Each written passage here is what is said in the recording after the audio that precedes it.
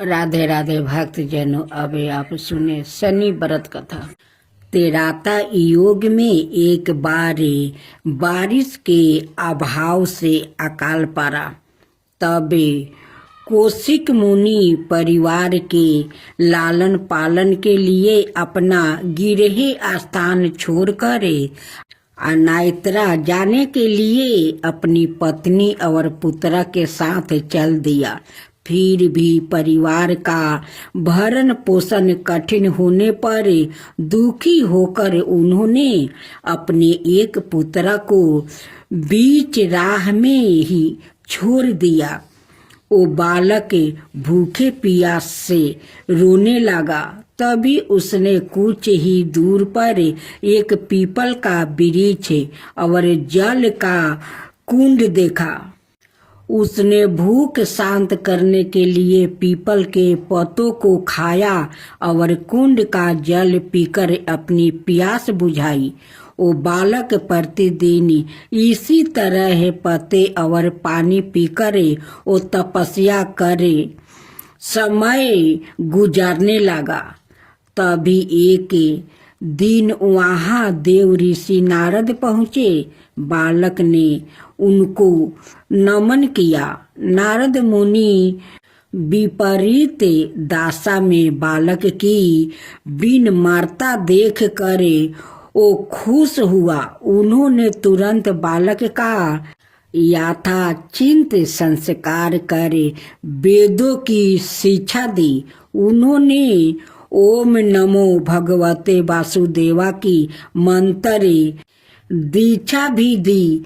वो बालक नित भगवान विष्णु के मंत्र का जप करे तप करने लगा। नारद मुनि उस बालक के साथ ही रहे।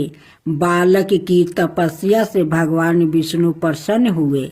भगवान विष्णु ने प्रकट होकर बालक से वर मांगने को कहा। बालक ने भगवत भक्ति का वर मांगा। तब भगवान विष्णु ने बालक को योग और ज्ञान की शिक्षा दी, जिससे वो परम ज्ञानी महर्षि बन गया। एक दिन बालक ने मन में जिज्ञासा पैदा किया। उसने नारद मुनि से पूछा कि इतनी छोटी उम्र में ही क्यों मेरे माता पिता से अलग हो गया? क्यों मुझे इतनी पीड़ा भोगना पड़ रहा है? आपने मुझे संस्कारित कर ब्राह्मण बनाया, आप मेरी पीड़ा का कारण भी बताइए। नारद मुनि ने बालक से कहा, तुमने पीपल के पत्तों को खाकर घोर तप किया है, इसलिए आज से तुम्हारा नाम पिप्पलद रखता हूँ। जहाँ तक तुम्हारे कष्टों की बात है तो उसका कारण शनि ग्रह है, जिसके अहंकार बस धीमी चल के कारण तुम्हारे साथ ही पूरा जगत भी अकाल की पीड़ा भोग रहा है। यह सुनकर बालक बहुत क्रोधित हो गया। उसने आवेशित होकर जैसे ही आकाश में विचरण कर रहे थे शनि को देखा। तब शनि ग्रह बालक पिप्पलद के तेज बल से जमीन पर एक पर्वत पर आ गिरा, जिससे वो अपंग हो गया। शनि की ऐसी दुर्दशा देखकर नारद मुनि खुश हो गया। उन्होंने सभी देवी देवताओं को यह दृश्य देखने के लिए बुलाया। तब वहां पर ब्रह्मदेव सहित अनाए देवों ने आकर बालक पिप्पलद के आवेश को शांत कर कहा कि नारद मुनि द्वारा रखा गया तुम्हारा नाम श्रेष्ठ है और आज से तुम पूरे जगत में इसी नाम से प्रसिद्ध होंगे। जो भी व्याकृत शनिवार के दिन पिप्पलद नाम का ध्यान कर पूरी श्रद्धा और भावना से पूजा करेगा, उसको शनि ग्रह के कष्टों से छुटकारा मिलेगा और उसको संतान सुख भी प्राप्ति होगा। ब्रह्मदेव ने साथ ही पिप्पलद मुनि को शनि ग्रह की शांति के लिए उनकी पूजा और व्रत का विधान बताकर कहा कि तुम धाराशाही हुए शनि को अपने स्थान पर प्रतिष्ठा कर दो, क्योंकि वो निर्दोष है।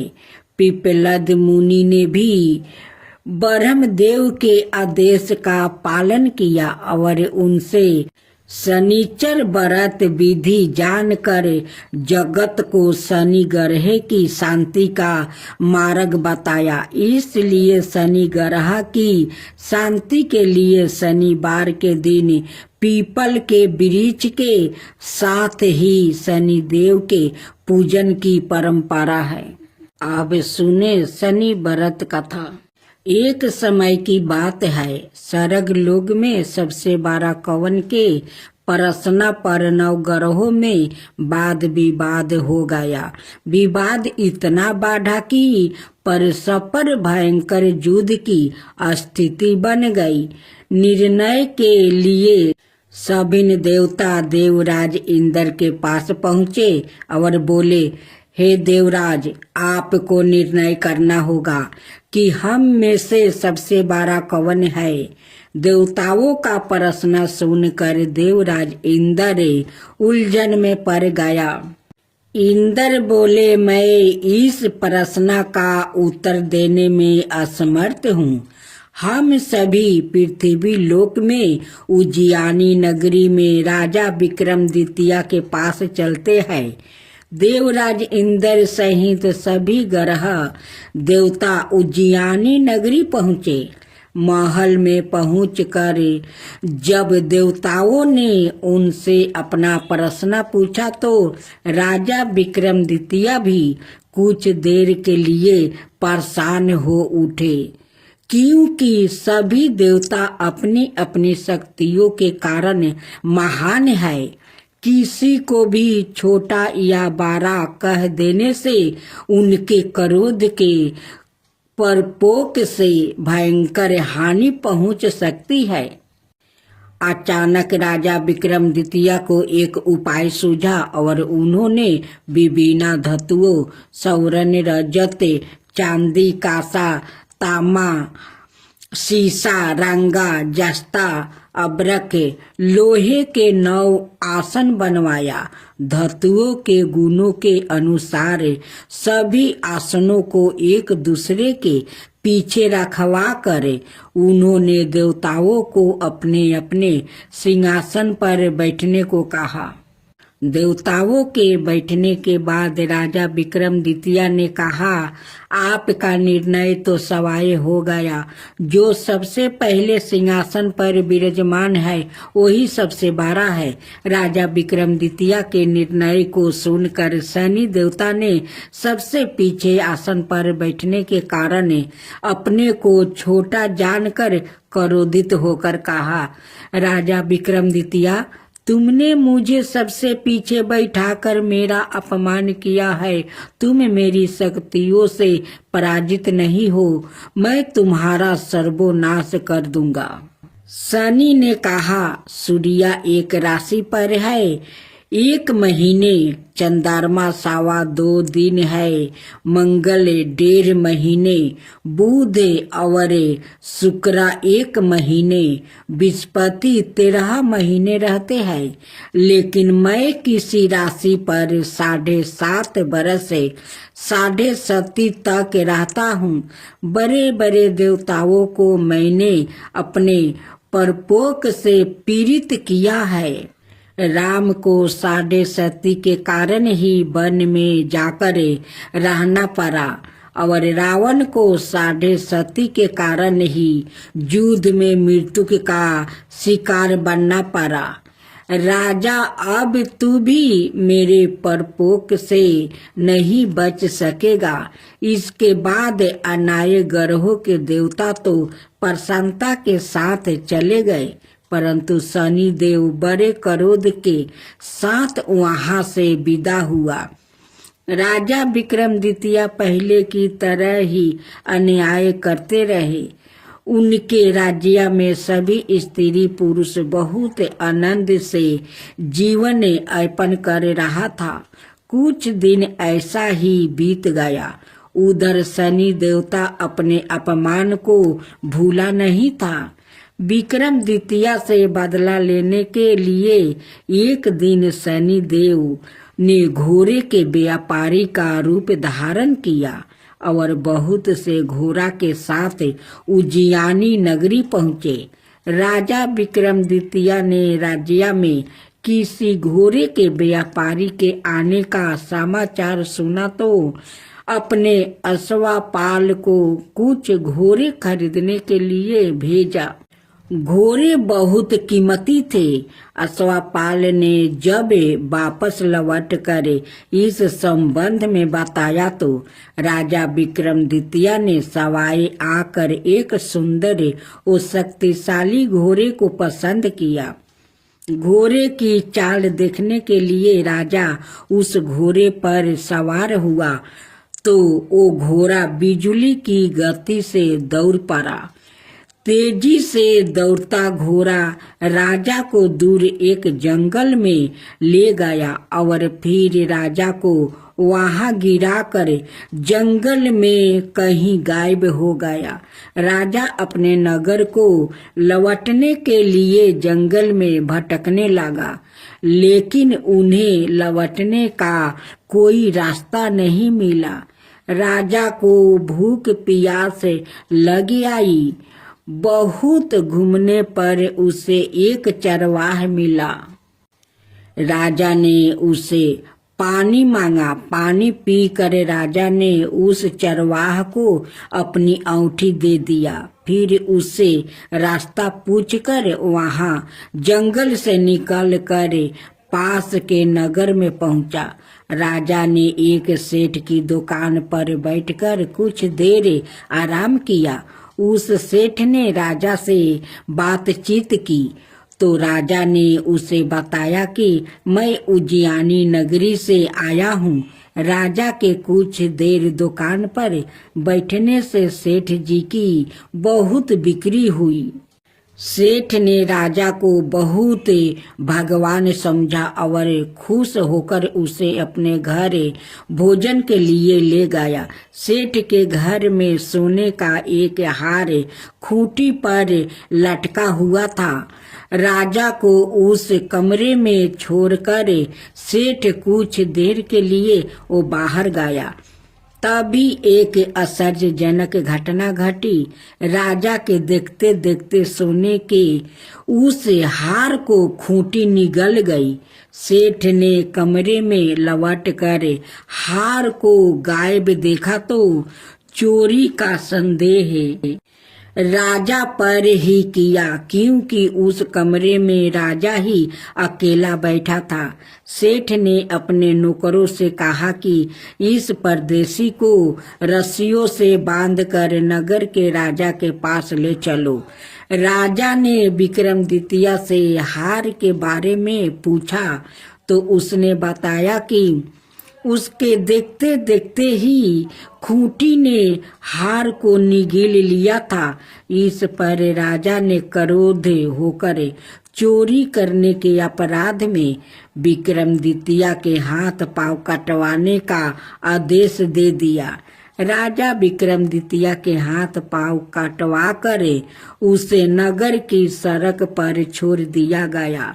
कुछ दिन बाद एक तेली उसे उठाकर अपने घर ले गया और उसे अपने केलू पर बैठा दिया। राजा आवाज देकर बैलों को हाँकता रहता। इस तरह तेली का बैल चलता रहा और राजा को भोजन मिलता रहा। शनि के प्रकोप की 7.5 पूरी होने पर वर्ष ऋतु प्रारंभ हुआ। राजा विक्रमादित्य एक रात मेघ मल्हार गा रहा था कि तभी नगर के राजा की लड़की राजकुमारी मोहिनी रथ पर सवार होकर उस तेली के घर के पास से गुजरी। उसने मेघ मल्हार सुना तो उसे बहुत अच्छा लगा और दासी को भेजकर गाने वाले को बुला लाने को कहा। दासी ने लौट कर राजकुमारी को अपंक राजा के बारे में सब कुछ बता दिया। राजकुमारी उसके मेघ मल्हार से बहुत मोहित हुई। अत उसने सब कुछ जानकर भी अपंक राजा से विवाह करने का निश्चय कर लिया। राजकुमारी ने अपने माता पिता से जब यह बात कही तो वो हैरान रह गया। रानी ने मोहिनी को समझाया, बेटी तेरे भाग्य में तो किसी राजा की रानी होना लिखा है, फिर तू उस अपंक से विवाह करके अपने पाँव पर कुल्हाड़ी क्यों मार रही है। राजकुमारी ने अपनी जिद नहीं छोड़ी। अपनी जिद पूरी करने के लिए उसने भोजन करना छोड़ दिया और प्राण त्याग देने का वो निश्चित कर लिया। आखिर राजा रानी को बेबस होकर अपंक विक्रम द्वितीय से राजकुमारी का विवाह करना पड़ा। विवाह के बाद राजा विक्रम द्वितीय और राजकुमारी तेली के घर में रहने लगे। उसी रात सपने में शनि देव ने राजा से कहा, राजा तुमने मेरा परपोक देख लिया है। मैंने तुम्हें अपने अपमान का दंड दिया है। राजा ने शनि देव से क्षमा करने को कहा और प्रार्थना की, हे शनि देव, आपने जितना दुख मुझे दिया है अनाय किसी को ना देना। शनि देव ने कुछ सोचकर कहा, राजा मैं तुम्हारी प्रार्थना स्वीकार करता हूँ। जो कोई स्त्री पुरुष मेरी पूजा करेगा, शनिवार को व्रत करके मेरी व्रत कथा सुनेगा, उस पर मेरी अनुकंपा बनी रहेगी। प्रातः काल राजा विक्रम द्वितीय की नींद खुली तो अपने हाथ पांव देखकर राजा को बहुत खुशी हुई। उसने मन ही मन शनि देव को प्रणाम किया। राजकुमारी भी राजा के हाथ पांव सही सलामत देखकर आश्चर्य में डूब गई। तब राजा विक्रम द्वितीय ने अपना परिचय देते हुए शनि देव के परपोक की सारी कहानी सुनाई। सेठ को जब इस बात का पता चला तो दौड़ता हुआ तेली के घर पहुंचा और राजा के चरणों में गिरकर क्षमा मांगने लगा।